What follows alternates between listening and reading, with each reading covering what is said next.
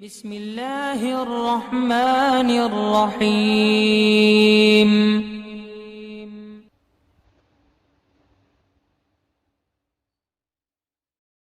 اعوذ باللہ من الشیطان الرجیم، بسم اللہ الرحمن الرحیم۔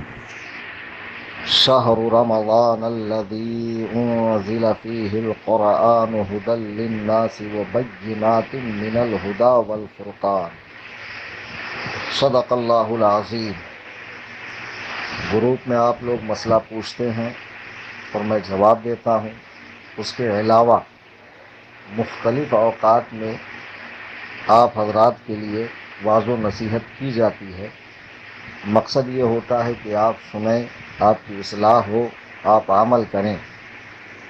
اسی غرض سے آج 4 رمضان المبارک ہجری 1441 آج کی اس نشست میں میں نے تعوذ و تسمیہ کے بعد قرآن مجید برہان رشید سورہ بقرہ کی آیت نمبر 185 تلاوت کی، جس میں اللہ سبحانہ و تعالی ارشاد فرماتا ہے: شہر رمضان الذی انزل فیہ القرآن ھدی للناس،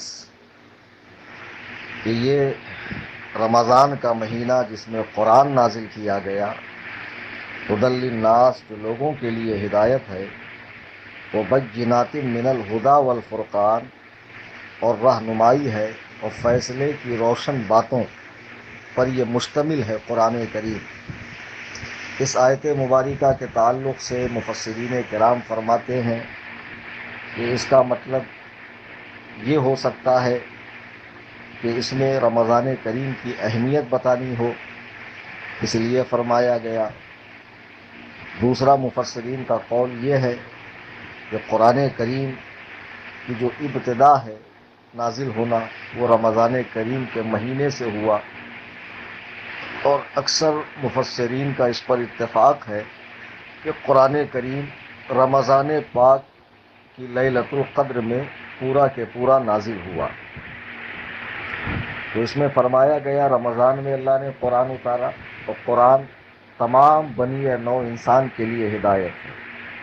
اس میں کوئی تخصیص نہیں ہے، کسی خاص کا نام نہیں لیا گیا، ان کے لیے ہدایت ہے، ان کے لیے ہے، بلکہ تمام انسانوں کے لیے ہدایت ہے۔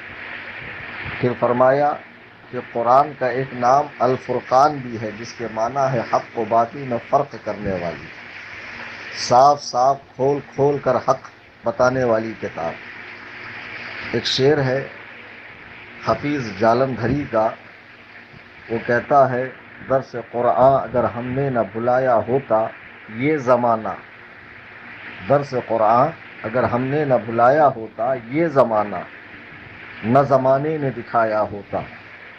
جو زمانہ ہم دیکھ رہے ہیں، زمانہ، یہ زمانہ ہمیں کبھی نہ دکھاتا اگر درس قرآن کو ہم نہ بھلاتے۔ حضرات، قرآن کریم اللہ کی مقدس کتاب ہے، جو 23 سال کے عرصے میں تھوڑا تھوڑا، وقتاً فوقتاً، کبھی ایک آیت، کبھی 2 آیت، کبھی ایک سورہ، اس طرح حضور نبی رحمت شفیع امت صلی اللہ علیہ وسلم کے سینہ اطہر پر نازل ہوا۔ مکے میں نازل ہوا، مدینے میں نازل ہوا، انہی 2 شہروں میں نازل ہوا قرآن پاک۔ اب قرآن پاک کے حوالے سے ہمارا یہ عقیدہ ہے، یہ اللہ کا کلام ہے اور ہمارے لیے اور ہر انسان کے لیے ہے۔ تو جب یہ بات ہم نے عقیدے کے طور پر تسلیم کر لی کہ خدا کا یہ کلام ہے اور ہمارے لیے ہے، ہمارا رب ہم سے فرما رہا ہے، تو اب لازمی ہے کہ ہم اس پیغام کو سمجھیں، پڑھیں، اس میں کیا لکھا ہے، بھیجنے والا ہم سے کیا چاہ رہا ہے۔ آپ دیکھیں کہ آپ کو کسی دوست کا، رشتہ دار کا، یہاں تک کہ دفتر کا لیٹر آتا ہو، یا عدالت کی نوٹس آتی ہو، یا حکومت کی جانب سے کوئی آپ کو خط وغیرہ بھیجا جاتا ہے، تو آپ کیا کرتے ہیں؟ ظاہر سی بات ہے کہ آپ اس کو پڑھتے ہیں ذوق سے، شوق سے، پھر اس میں جو ہدایات ہیں اس پر آپ عمل کرتے ہیں۔ لیکن قرآن کریم کے حوالے سے آج مسلمانوں کے ایک بڑے طبقے نے تغافل و تساہل والا رویہ اپنا رکھا ہے، وہ اسے سمجھ کے پڑھنے کو تیار ہی نہیں۔ لوگوں نے یا تو اسے تعویذ گنڈوں کی کتاب بنا لیا یا قسمیں کھانے کی کتاب بنا لیا، سال بھر اس پر دھول مٹی پڑی رہیں گی، جب رمضان کا مہینہ آئے گا تو بادل ناخواستہ اسے نکال کر یہاں وہاں سے کسی نے بہت کر لیا تو ایک قرآن ختم کر لیا جاتا ہے، اور اب یہ سمجھتے ہیں کہ قرآن کا حق ادا ہو گیا۔ ایسا بالکل نہیں ہے۔ جب کہا جاتا ہے قرآن سمجھ کے پڑھو تو کہتے ہیں صاحب عربی ہماری زبان ہی نہیں ہے تو ہم سمجھیں گے کیسے؟ مجھے بتاؤ، جب آپ کے دوست کا، رشتہ دار کا آپ کو لیٹر آتا ہے، گورنمنٹ کا نوٹس آتا ہے، زبان نہ جاننے کے بعد بھی آپ کیا کرتے ہیں؟ جاننے والے کے پاس جاتے ہیں کہ بھیا پڑھ کے سناؤ اس میں لکھا کیا ہے۔ جاتے ہیں یا نہیں جاتے؟ جب ایک عام خط کو آپ اتنی اہمیت دیتے ہیں، اتنی افادیت دیتے ہیں، تو پھر قرآن کریم کے حوالے سے تغافل کیوں کہ جاننے والے کے پاس جاتے نہیں، اس سے سیکھتے نہیں، اس سے سمجھتے نہیں کہ ہمارا رب ہم سے کیا فرما رہا ہے۔ اور آج جو مسلمانوں میں کنٹروورسی ہو گئی، فرقے پیدا ہو گئے، ایک صاحب کہنے لگے مولانا عجیب بات ہے، ہمارے گاؤں میں ایک عالم آتا ہے، مصطفیٰ کریم کے علم غیب پر وہ قرآن کی دلیلیں دے کر جاتا ہے، پھر اس کے رد میں ایک جلسہ ہوتا ہے، تو دوسرے مسلک کے عالم آتے ہیں، وہ دو چار آیتیں پڑھ کر دلیل دیتے ہیں کہ رسول اللہ صلی اللہ علیہ وسلم کو علم غیب نہیں ہے، جائیں تو کہاں جائیں، کریں تو کیا کریں، سنیں تو کس کی سنیں، ہم تو جاہل آدمی ہیں۔ تو اب میں تو غلطی انہی کی سمجھتا ہوں، تو ان کو میں نے ایک مثال دے کر سمجھایا۔ میں نے کہا اچھا یہ بتائیے آپ کے بچے ہیں؟ بولنے لگے جی ہاں میرا 12 سال کا بچہ ہے اور 7ویں جماعت میں انگلش میڈیم میں پڑھتا ہے۔ تو میں نے کہا کسی دن اگر میں آپ کے گھر پہ آؤں اور اب آپ کے بچے کو سامنے بٹھا کر کہوں بیٹا CAT کیٹ مطلب کتا ہوتا ہے، تو آپ کا بچہ کیا کہے گا؟ تو جھٹ سے کہنے لگے مولانا میرا بچہ آپ کی بات کیسے مان لے گا جب کہ آپ اتنا فاش جھوٹ بول رہے ہیں، سفید جھوٹ بول رہے ہیں کہ CAT مطلب کتا ہوتا ہے، کیٹ مطلب کتا ہوتا ہے، جبکہ کیٹ مطلب بلی ہوتا ہے۔ تو میں نے کہا اگر میں آپ کے بچے کے سامنے خطبہ پڑھوں، قرآن کی 2-4 آیتیں پڑھوں اور اس کے بعد جھومتے جھامتے مٹکتے لٹکتے ترنم میں اگر دلیل دوں تو کہا حضرت پھر بھی آپ کی وہ بات نہیں مانے گا، کیونکہ وہ مانا تو جانتا ہے کہ کیٹ مطلب بلی ہے۔ تو آپ پورا زور علم لگا لیں، ساری فصاحت بلاغت ایک طرف کر لیں، چرب زبانی کی انتہا کر دے، پھر بھی میرا بیٹا ماننے کو تیار نہیں ہوگا کہ کیٹ مطلب کتا ہوتا ہے، کیونکہ وہ جانتا ہے کیٹ مطلب بلی ہوتا ہے۔ تو میں نے کہا میرے عزیز اگر اسی طرح تم قرآن کریم کو سمجھ کر پڑھتے، عربی زبان سیکھتے، تمہیں عربی کے زبان کے الفاظ کے معانی معلوم ہوتے، تو کوئی بھی بد مذہب، گمراہ، وہابی، دیوبندی، شیعہ، قادیانی، رافضی، تفضیلی، منہاجی، یہ فرقہائے باطلہ تمہیں کبھی گمراہ نہیں کر سکتے تھے۔ لیکن افسوس صد افسوس کہ تم نے قرآن کریم کو سمجھنے کی کوشش ہی نہیں کی، کبھی سمجھا ہی نہیں۔ اب ہم دیکھتے ہیں کہ ہمارے یہاں تو جیسے وہ بچہ جو گرامر سے واقف ہونے کے بعد میری بات کا انکار کر رہا ہے، تو ویسے ہی اگر امت مسلمہ قرآن کو سمجھتی، قرآن کا فہم حاصل کرتی، محض تلاوت کر کے عقیدت کے ساتھ سینے سے لگا لینے سے قرآن کا حق ادا نہیں ہوگا جب تک اس کو سمجھ کے نہ پڑھا جائے۔ جی، تو اگر آپ سمجھ جائیں گے تو پھر گمراہ نہیں ہوں گے۔ افسوس کہ ہمارے یہاں قرآن کریم کے حوالے سے 2 طرح کے لوگ پائے جاتے ہیں۔ ایک طبقہ وہ ہے جس کا خیال ہے کہ قرآن عام لوگوں کے لیے نہیں ہے، عام لوگوں کے سمجھنے کی چیز نہیں ہے، اس کو سمجھنے کے لیے بہت سارے علوم پر مہارت ضروری ہے، اور اس کے بغیر قرآن کریم کا ترجمہ اور مفہوم پر دھیان دینا ہی غلط ہے، اس لیے قرآن کریم کی صرف تلاوت کرتے رہو اور جو سمجھنے کا معاملہ ہے وہ علماء پر چھوڑ دو۔ اور دوسرا طبقہ کون سا ہے کہ جن کو تھوڑی بہت عربی زبان حاصل ہو گئی، یا سعودیہ سے ریجیکٹ ہو گئے، یا بھوجپوری عربی سیکھ لی، تو وہ بیچارے شارع، مفتی، قانون ساز، مجتہد بن جاتے ہیں۔ اب وہ سمجھتے ہیں کہ حدیث و قرآن کے معاملے میں ہم جتنی چاہے من چاہی کر سکتے ہیں، من مانی کر سکتے ہیں۔ آخر ہم عربی جانتے ہیں، لیکن ان بیچاروں کو نہیں معلوم کہ وہ کیا غلطی کر رہے ہیں۔ اب وہ بیچارے کو ہر معاملے میں حدیث و قرآن کی ٹانگ اڑانا اپنے باپ دادا کا حق سمجھتے ہوئے بالکل کود جاتے ہیں، لیکن ان کو یہ نہیں پتا۔ اور میرے خیال سے یہ دونوں سوچ جو ہے، یہ دونوں طبقے غلط ہے۔ یہ کہنا بھی بالکل غلط ہے کہ قرآن کریم سمجھنے کے لیے دھیان نہیں دینا چاہیے، اور یہ کہنا بھی غلط ہے کہ قرآن کریم سمجھ میں آئے تو پھر قرآن لے کر بیٹھو اور مسئلے بیان کرنا شروع کر دو۔ قرآن کریم کے مفہوم کو سمجھنا، نفس مفہوم کو سمجھنا یہ اور ہے، اور ہر مسلمان مرد و عورت کی ذمہ داری ہے کہ قرآن کریم کو تلاوت کرتے ہوئے سمجھے اس آیت میں کس چیز کا حکم ہے، کہاں وعدہ ہے، کہاں وعید ہے، کہاں جزا ہے، کہاں سزا ہے، کہاں امر ہے، کہاں نہیں ہے، کہاں شوق دلایا گیا ہے، کہاں ڈرایا گیا ہے، کہاں خوف کی باتیں کی گئی ہے، کہاں قانون بیان کیا گیا ہے، کہاں حقوق العباد بیان کیا، غرض کے سمجھتے ہوئے پڑھیں۔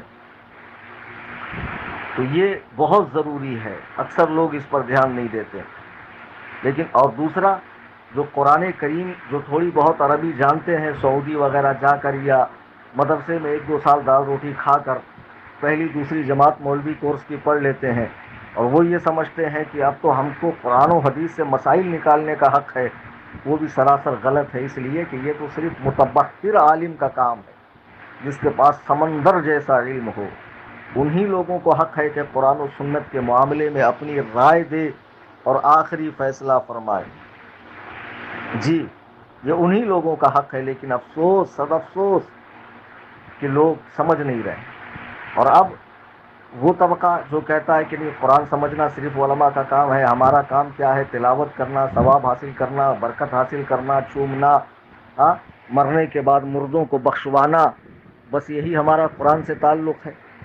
تو اب وہ یہ نہ سوچیں کہ کل بروز محشر وہ اس بات سے چھوڑ دیے جائیں گے کہ ہم جانتے نہیں تھے، وہ بالکل نہ سوچیں۔ میں آپ کو ایک بات بتاؤں کہ ہندوستان میں کوئی شخص قتل کر دے، اب قتل کر دے، اسے جج کے سامنے کھڑا کیا گیا، تو پھر وہ کہے کہ جج صاحب مجھے تو پتہ ہی نہیں تھا کہ قتل کی سزا عمر قید یا پھانسی ہوتی ہے، تو مجھے آج پتہ چلا ہے آپ کی زبان مبارک سے، تو ایسا کیجئے کہ مجھے چھوڑ دیجئے، اور آئندہ میں احتیاط کروں گا کہ میں قتل نہ کروں۔ سبحان اللہ، سبحان اللہ۔ تو اسے اس لیے چھوڑ دیا جائے گا۔ پھر چور آئے گا، ڈاکو آئے گا، اچکا آئے گا، لٹیرا آئے گا، سارے آئیں گے کہ ہم کو اب تک قانون نہیں پتہ تھا۔ دیکھیے، ملک کا جو قانون ہوتا ہے، پتہ ہو یا نہ ہو، جرم ہونے پر سزا ہوگی، جرم کرو گے سزا ہوگی، اس لیے ہر شخص کو ملک کا قانون پتہ ہونا چاہیے۔ لیکن یہ بتائیے، کیا ہر شخص جسے قانون پتہ ہے، مجھے بھی تھوڑا بہت قانون پتہ ہے، آپ کو بھی تھوڑا بہت قانون پتہ ہوگا کہ چوری کی سزا یہ ہے، قتل کی یہ ہے، فلاں کی یہ ہے، فلاں کی یہ ہے، تو کل سے ہم سب کالے کوٹ پہن کر جج کے سامنے جا کر بحث کریں گے تو آپ کہیں گے ایسے کیسے مولانا؟ قانون کی سمجھ ہونا الگ بات ہے، اور قانون نافذ کرنا، قانون پر بحث کرنا، قانون پر دلیلیں دینا، قانون نافذ کرنا، یہ تو مسئلہ ہی الگ ہے۔ اس کے لیے تو اسپیشل ڈگری ہونی چاہیے، کورس ہونا چاہیے۔ ایسے تھوڑی ہوتا ہے کہ جج صاحب کے سامنے ایرا غیرا نتھو خیرا راہ چلتا لے جا کر کھڑا کر دو کالا کوٹ پہنا کر، کل کو آپ کسی ڈاکٹر صاحب کو بھیڑا دو، کسی انجینئر صاحب کو بھیڑا دو، کسی چوڑا چمار صاحب کو بھیڑا دو کہ یہ بھی جانتے ہیں کہ اس جرم کی سزا کیا ہے، تو بالکل اس کی اجازت نہیں ہے۔ اب جب آپ نے یہ سمجھ لیا کہ قرآن کریم کو ہر مسلمان کو سمجھ کے پڑھنا چاہیے، تو سمجھ کے پڑھنے کا مطلب یہ ہے، چونکہ یہ رب خداوند قدوس کا کلام ہے، اور ایسا مقدس کلام ہے کہ جس طرح حضور نبی رحمت صلی اللہ علیہ وسلم خاتم الانبیاء ہے کہ آپ کے بعد سلسلہ نبوت کو ہر معنی مفہوم کے لحاظ سے ختم کیا گیا ہے، اسی معنی کے لیے قرآن کریم بھی اسی طرح تمام آسمانی کتابوں کے سلسلے کو ختم کرنے والی کتاب ہے۔ اب قیامت تک کوئی کتاب قرآن کریم کے بعد نہیں آنے والی ہے۔ ھدی للناس، یہی لوگوں کے لیے ہدایت ہے اور ہمیشہ کے لیے ہے۔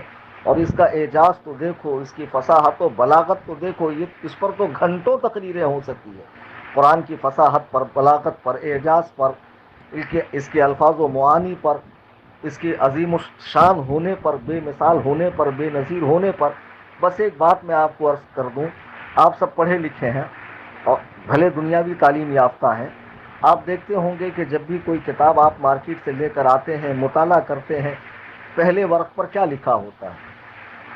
اکثر کتابوں میں اس کا اہتمام ہوتا ہے مصنف لکھتا ہے کہ میں نے اس کتاب کو بڑی محنت سے، بڑی جانفشانی سے، بڑی عرق ریزی سے، بڑے وسیع مطالعے کے بعد لکھا ہے، اور حتی الامکان کوشش کی ہے کہ اس میں کوئی غلطی نہ ہو، لیکن پھر بھی کہیں نہ کہیں کوئی مسٹیک ہو گئی ہو تو آپ حضرات سے گزارش ہے کہ آپ مجھے اطلاع کریں تاکہ آئندہ ایڈیشن میں اس کو صحیح کر لوں۔ یہ ہر کتاب میں ہوتا ہے یا نہیں ہوتا ہے؟ بے شک ہوتا ہے۔ اب آپ قرآن کریم کو کھولیے، پہلا پارہ سورہ بقرہ، الف لام میم، اللہ پہلے ارشاد فرما رہا ہے ذالک الکتاب لا ریب فیہ، یہ وہ کتاب ہے جس میں شک کی کوئی جگہ ہی نہیں ہے، گنجائش ہی نہیں ہے۔ جی، شک و شبہ سے بالا تر، ہر عیب سے بالا تر، ہر عیوب سے بالا تر، کوئی شک و شبہ کی، کوئی اس میں مزید اصلاح کی کوئی گنجائش ہی نہیں ہے۔ اللہ نے نازل فرمایا ہے، لوگوں کے لیے نازل فرمایا ہے۔ اب اپنے دماغ کی ساری بیماریاں دور کرو، قرآن ہدایت ہے، شفا ہے، اس سے ہدایت لو، شفا لو۔ اب قرآن کو پڑھو اور سمجھ کے پڑھو۔ افسوس صد افسوس کہ قرآن نہ سمجھنے کی بنا پر آج اتنے فتنے پیدا ہو گئے، امت مسلمہ فرقوں میں بٹ گئی۔ آج ہمارا نوجوان گمراہ ہوتا جا رہا جب اس کے سامنے دلیلیں دی جاتی ہیں۔ اب ہمیں کیا کرنا ہے؟ تو میں تمہیں آسان بتاتا ہوں۔ تم میں سے جتنے لوگ ہیں یا جو بھی میری ریکارڈنگ سنے گا، اب عزم مصمم کر لو کہ مجھے قرآن پاک پر محنت کرنی ہے۔ پہلے تو قرآن پاک کے تلفظ صحیح کرنے ہیں کہ غال میں، ضاد میں، ضا میں فرق ہو جائے، نماز پڑھوں تو فاسد نہ ہو، معنی نہ بدلے، کچھ کے کچھ نہ ہو جائے، قلب اور قلب کا فرق واضح ہو جائے، کتا اور دل کا۔ تو قرآن کریم کے تلفظ صحیح کریں۔ پھر علماء کی صحبت میں بیٹھ کر عربی زبان سیکھے۔ کوئی مشکل نہیں ہے عربی زبان سیکھنا، کچھ بھی مشکل نہیں ہے۔ تو سب سے آسان زبان ہے، جنتیوں کی زبان ہے، مرتے ہی آپ کی زبان عربی ہونے والی ہے۔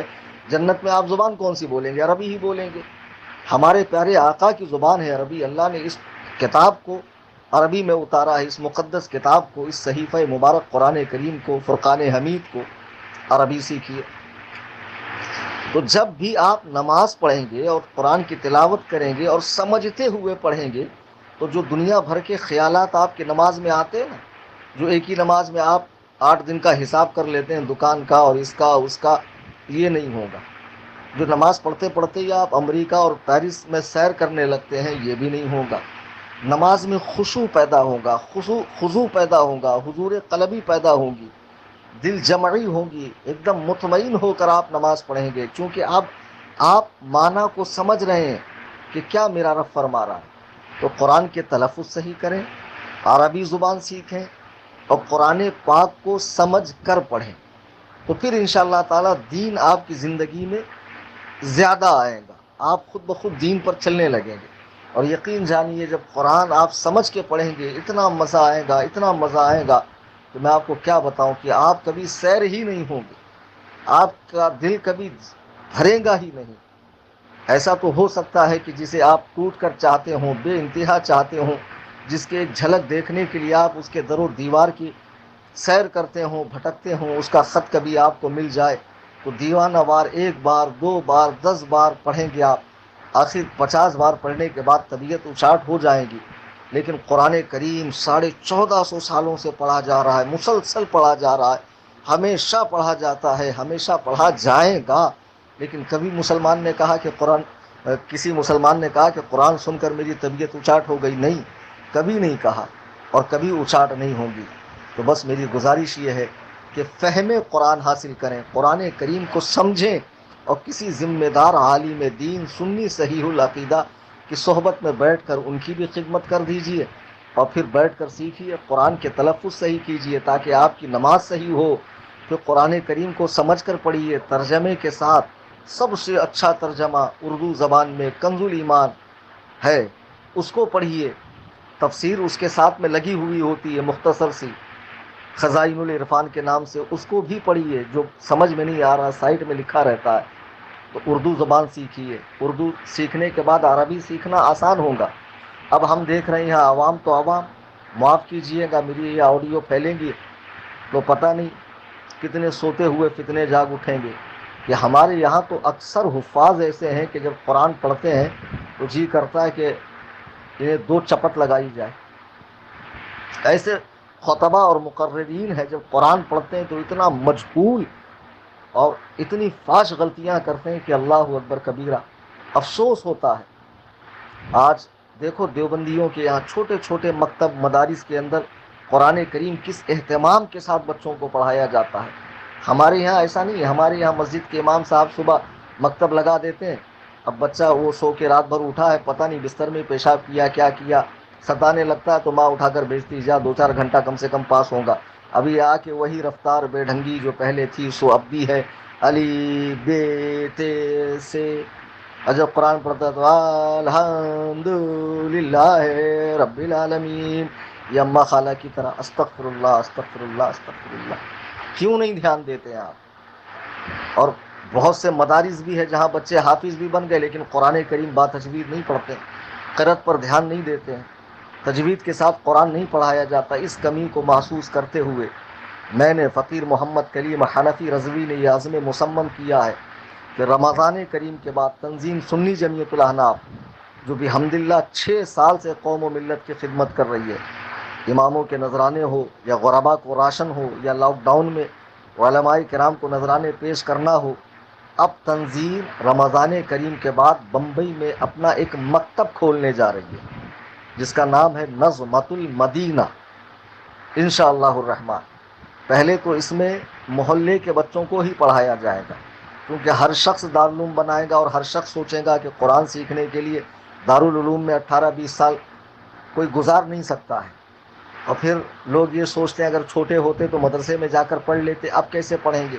تو ہم اس طرز کا مدرسہ بنا رہے ہیں کہ جس میں محلے کے بچے پڑھیں گے، جو انگلش اسکول میں یا اردو اسکول میں پڑھتے ہیں ان کے لیے مدرسہ ہوگا، اور قرآن کریم شروع سے ہی با تجوید پڑھایا جائے گا، شروع سے ہی جی، اور الف با تا ثا کی ترکیب پر پڑھایا جائے گا۔ اور اس مکتب کے بچوں کو جب آپ دیکھیں گے مدرسہ شروع ہونے کے 6 ماہ بعد، تو آپ انگشت بدندہ رہ جائیں گے کہ واقعی میں ایسی پڑھائی ہوتی ہے۔ اور نہ صرف انہیں قرآن کریم پڑھایا جائے گا، انشاءاللہ ساتھ ساتھ میں عربی زبان بھی سکھائی جائیں گی، اس لیے کہ بچوں کا ذہن بالکل سادہ کاغذ ہوتا ہے، جو آپ اس پر تحریر کر دیں تا عمر وہ لکھا رہے گا، تو بچپن میں بآسانی سیکھ سکتے ہیں۔ عربی زبان بھی سکھائی جائے گی، ساتھ میں فقہی مسئلے مسائل، وضو، غسل، نماز وغیرہ اور عقائد کا علم، تاکہ یہ کوئی ضروری نہیں کہ ہر شخص پورا عالم بنے، پورا حافظ بنے، شاذ و نادر کوئی بنتا ہے، لیکن دین کا بنیادی علم تو ہر مسلمان کو سیکھنا چاہیے نا۔ سب کو عالم حافظ مفتی بننا فرض نہیں ہے، لیکن سب کو دین کا ضروری علم سیکھنا فرض ہے۔ تو ہم انشاءاللہ الرحمن انہیں بنیادی علم اتنا سکھائیں گے کہ بڑے ہونے کے بعد بھی وہ کسی بد مذہب کے بہکاوے میں نہ آئے، اور جب کوئی ان کے سامنے آئے تو ذلیل و خوار ہو کر منہ کی کھا کر جائے انشاءاللہ الرحمن۔ اچھا یہ ہوا، پھر اسی جگہ پر انشاءاللہ جب یہ ہمارا مکتب بنے گا، سنی جمعیت الاحناف کے پرچم تلے جب چلے گا مدرسہ نظمۃ المدینہ، مدرسہ اہل سنت نظمۃ المدینہ، تو اسی میں ہم تعلیم بالغان بھی شروع کریں گے، تاکہ کرلا ویسٹ کے جو بچے بائک سے، بس سے، اپنی سواری سے آ سکتے ہوں آئیں، اور انشاءاللہ میں خود ان کو قرآن کریم با تجوید پڑھانے کے ساتھ ساتھ فقہی مسائل سے آگاہ کروں گا۔ جب ایک عالم کے پاس وہ مسائل فقہ سیکھیں گے تو بآسانی سیکھیں گے، اور پریکٹیکلی سکھایا جائے گا اور آسانی سے بات ان کی سمجھ میں آ جائیں گے۔ پھر اس کے بعد انشاءاللہ الرحمن جو بچے بمبئی کے دور دراز کے علاقے میں رہتے ہیں، اگر وہ 3 دن 4 دن مہینے میں 5 دن یہاں آ کر قیام کریں ہمارے یہاں اپنے گھر بار کو چھوڑ کر، تو انشاءاللہ ان کے کھانے کا بھی معقول انتظام رہے گا، اور مہینے میں اگر وہ 3 دن بھی دیتے ہیں، ہر مہینہ 3 دن، تو سال کے 12 مہینے میں جوڑ لیجئے کتنے دن ہو رہے ہیں، تو انشاءاللہ ان کو 3 دن میں تقریباً 1 ماہ کا سبق پڑھایا جائے گا۔ اور یہ چیز آپ کا تعاون رہا، یہ چیز کامیاب ہو گئی، تو انشاءاللہ اس کے بعد ہم ایک جامعہ قائم کریں گے جس کا نام الجامعۃ الحنفیہ حدیقۃ النعمان ہے، جس میں باہر کے بچے دارالاقامہ ہوں گا، وہیں رہیں گے، کھائیں گے، پیئیں گے، انہی کے حفظ، قرأت، عالمیت، فضیلت، مفتی کورس، محقق کورس اور سارے کورسز ہوں گے، بالخصوص مناظر کورس جس میں بہترین مناظر پیدا کیے جائیں گے، جو مذہب اہل سنت و جماعت کا دفاع کریں گے اور باطل فرقوں کے پرخچے اڑائیں گے میدان مناظرہ میں انشاءاللہ الرحمن۔ اب آپ سے گزارش ہے کہ اپنے اپنے علاقوں میں قرآن کریم کی تلاوت بھی کریں اور بالخصوص سمجھ کے پڑھیں، کسی عالم دین کی صحبت اختیار کریں، اور تنظیم سنی جمعیت الاحناف جو مسلک و مذہب کا کام کر رہی ہے، خدمت خلق کے شعبے میں کام کر رہی ہے، رمضان کریم میں آپ اس کا بھرپور تعاون کریں، تعلیم قرآن عام ہو جائے، قرآن کی روشنی سارے عالم میں پھیل جائے، قرآن کی روشنی سے سارا زمانہ جگمگا اٹھے۔ اس کے لیے آپ تنظیم سنی جمعیت الاحناف کو رمضان کریم میں اپنی زکوٰۃ، صدقہ، فطرہ، فدیہ، نذرانہ جو بھی ہو آپ تعاون کریں، تاکہ تنظیم کا یہ کام جلد سے جلد رمضان کریم کے بعد مکتب کا سلسلہ شروع ہو۔ جب ایک جگہ یہ سلسلہ کامیاب ہو گیا تو ممبئی کے مختلف جگہوں پر بھی اسی طرز پر مکاتب کھولے جائیں گے انشاءاللہ الرحمن۔ جو کام بڑے بڑے مدارس نہیں کرتے ہیں، بعض اوقات وہ چھوٹے چھوٹے مکاتب اور مدارس کر دیتے ہیں۔ جی تو بس کام کرنے کے لیے بہت ہے، ارادے بہت بلند ہے، حوصلے بلند ہے، لیکن مادی وسائل نہیں ہے، مادی طاقت نہیں ہے، اس لیے پیچھے رہ جاتے ہیں۔ میں قوم کے فرزندان اسلام سے گزارش کروں گا کہ تنظیم سنی جمعیت الاحناف کا بھرپور تعاون کریں۔ اس کے لیے آپ میرے نمبر پہ رابطہ کریں 9820 672 770 9820672770۔ اور بھی کچھ سمجھنا چاہیں آپ واٹس ایپ پہ اس نمبر پر رابطہ کریں۔ آپ کوئی رقم میرے اکاؤنٹ میں ٹرانسفر کریں گے تو آپ مجھے واٹس ایپ پہ خبر کریں تاکہ آپ کو تنظیم کی رسید دی جائے۔ اللہ تعالی ہم سب کو قرآن و سنت کی تابع داری کرنے کی توفیق عطا فرمائے، مذہب مہذب اہل سنت و جماعت یعنی مسلک اعلیٰ حضرت پر سختی سے قائم رہنے کی توفیق عطا فرمائے۔ وما علینا الا البلاغ۔